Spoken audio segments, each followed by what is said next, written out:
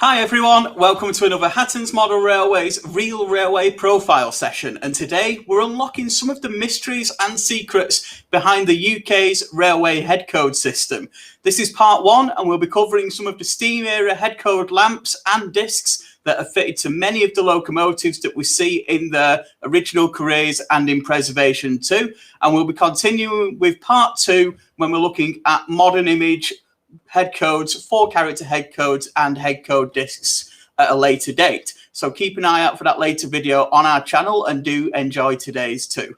I'll be covering all the different styles of headlamps and the different places they're put on the front of a locomotive to show you which type of train they are working on, and we'll cover a couple of real life examples too. So if you've got any particular questions, please do ask them in the stream. Put them in the chat, or if you're watching a little later on, please put your comments underneath the video or get in touch with our customer experience team, who would be more than happy to help you out.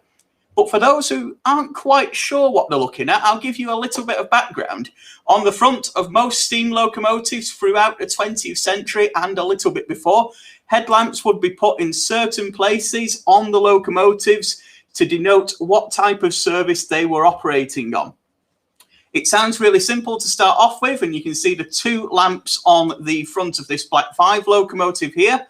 But there was a really integrated system which was allowing staff and signalmen to see exactly what type of train was coming towards them on the UK rail network. So, as you can imagine, in the pre-grouping days, a lot of companies did have their own lamp codes and lamp styles, as they didn't really interact too much. At the grouping in 1923, one of the companies in charge of making things more standardized, the Railway Clearinghouse, did put in place a set of headcodes that were to be applied to most railways across the country.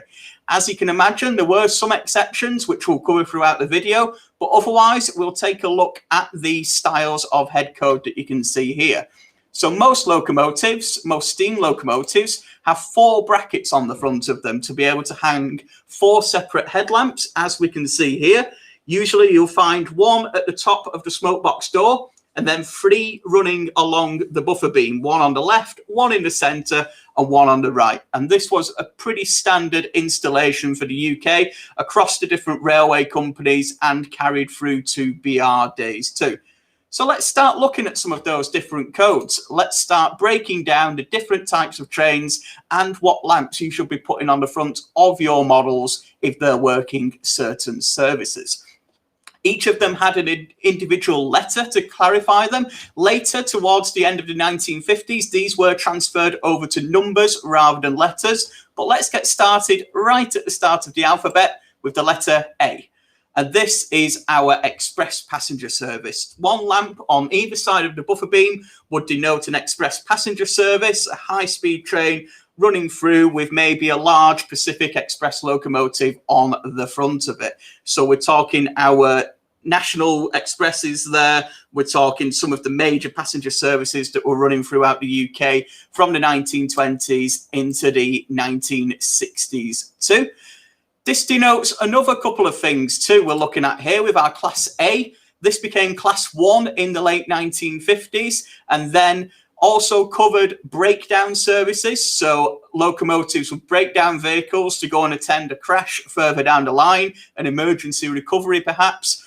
And also snowplows came under this, again heading towards places where they needed to clear the snow from the line. So these are the priority services, the Class A's, or the Class 1s as we can call them. With our 2 headlamps that we see here, these are either some of the finest express services to run on the railway network, or indeed DR trains attending emergencies further down the line, and they need the priority. And this is a priority scale. We start right at the top with A and we work down through B, C, D, etc., etc. So if you're looking for which trains to send first on your layout, follow us through today on this guide, as we are covering them in the level of priority also. Speaking of our next one, let's head to B. B is pretty much all your other passenger services apart from your expresses. You have your stopping passenger duties in here, At the time when these codes came out in 1923, had steam rail motors counted under these duties too. Towards the 1930s and 1940s, some of the earlier diesel rail cars also came under this single headlamp towards the top of the smoke box, as we see here. This would also cover some of those emergency trains that we covered under the letter A, returning from the emergency to go back to their depots and to go back after the route was cleared or the emergency was handled. So returning breakdown trains and snowplows would come under this Class B2. In the 1950s, this became the Class 2 working, so the B was gotten rid of and 2 then came through. Let's head on to C. This is our third tier now, so we're heading just down the list here, and this is pretty much anything that's not passenger traffic but is perishable traffic that needs to get there very quickly indeed.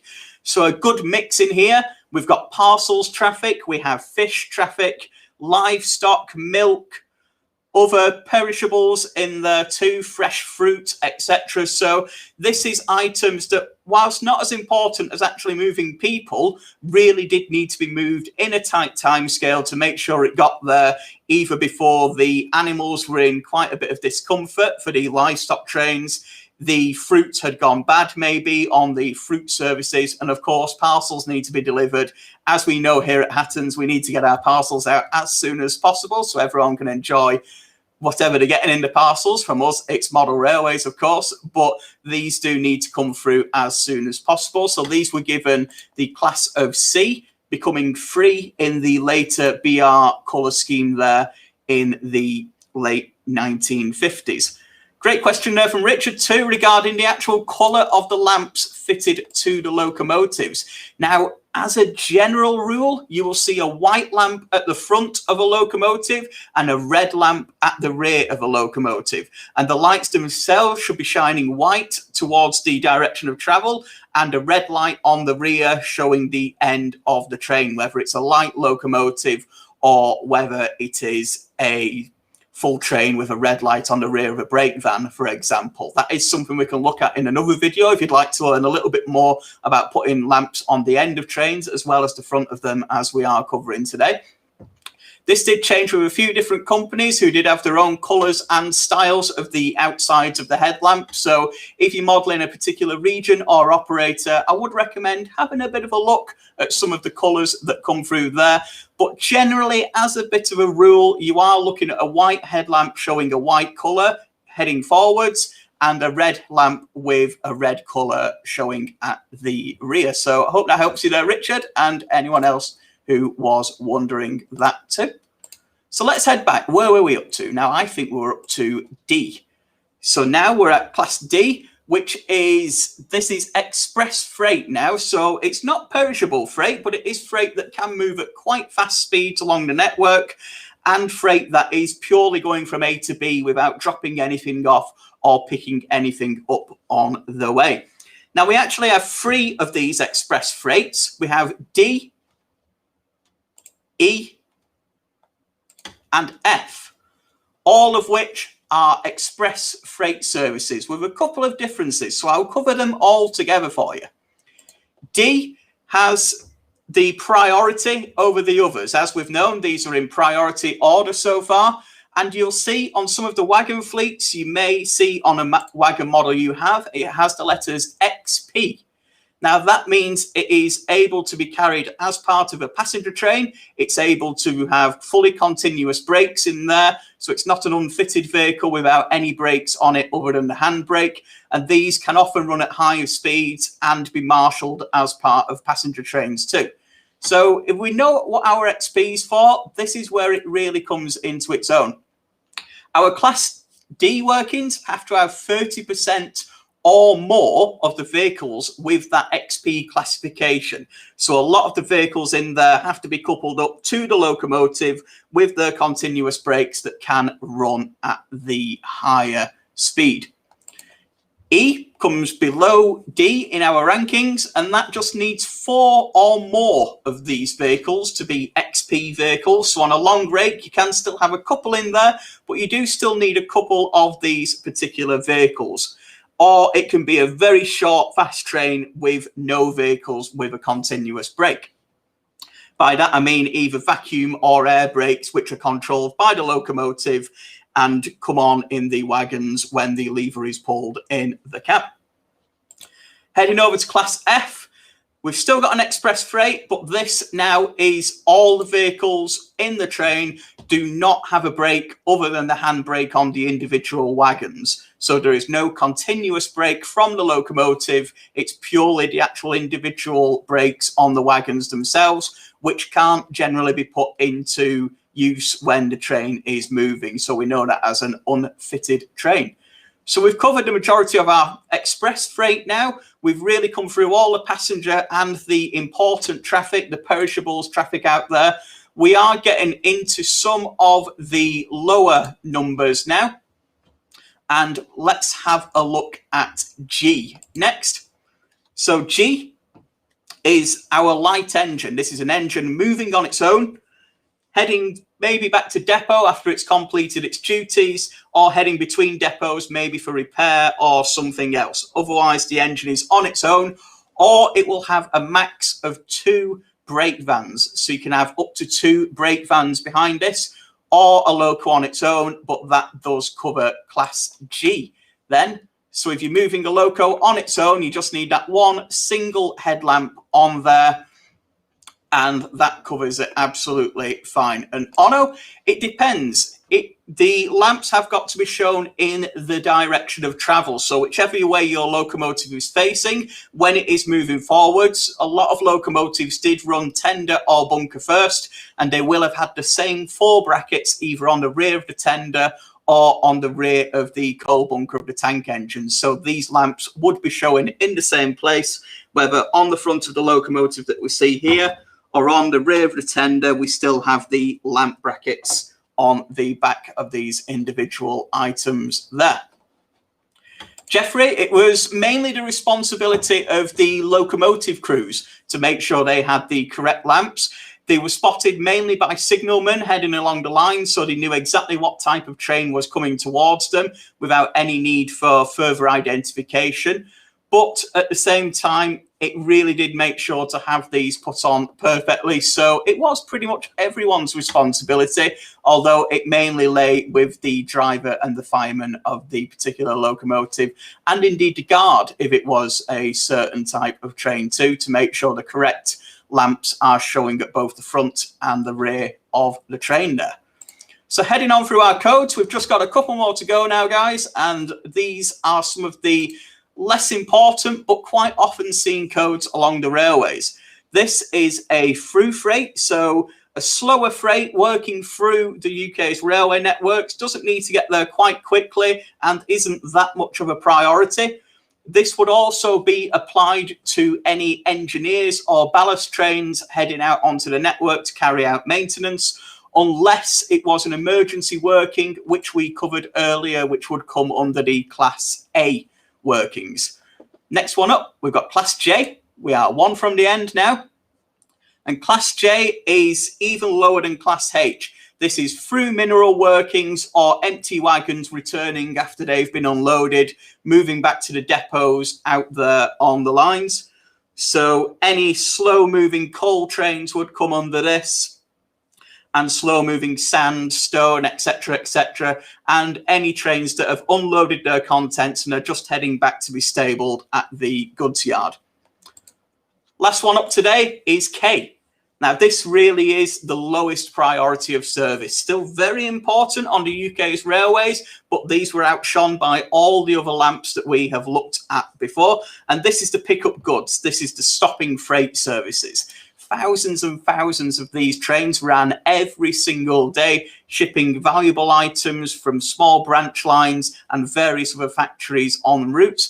But these were carried under the Class K code that we can see here. These stopped at a lot of stations, either to change trucks or wagons behind the locomotive. So they were very slow trains that ambled around the UK's railways, and therefore they came under that Class K code.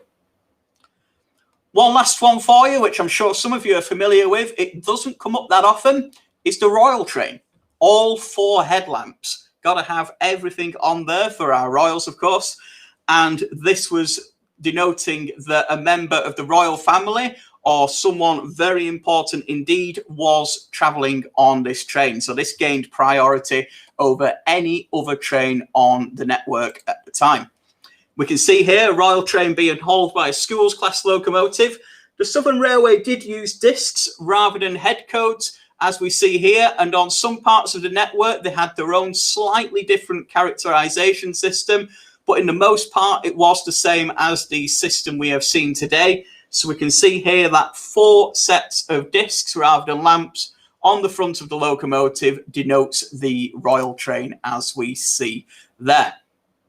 One other thing you might see on the front of the locomotives, not quite a lamp, but on Western Railway locomotives and Southern Railway locomotives is 2 or 3 character headcodes. This is a very early version of the headcode system that we know and will be covering in the modern part of our video that we'll be hosting later, so keep an eye out on our channel for that.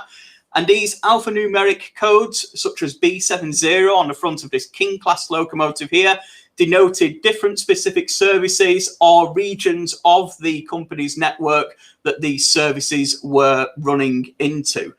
In the case of the Great Western, it was mainly specific services. In the case of the Southern, it was mainly certain parts of the network that those trains were heading for. So that is an example there of one of those.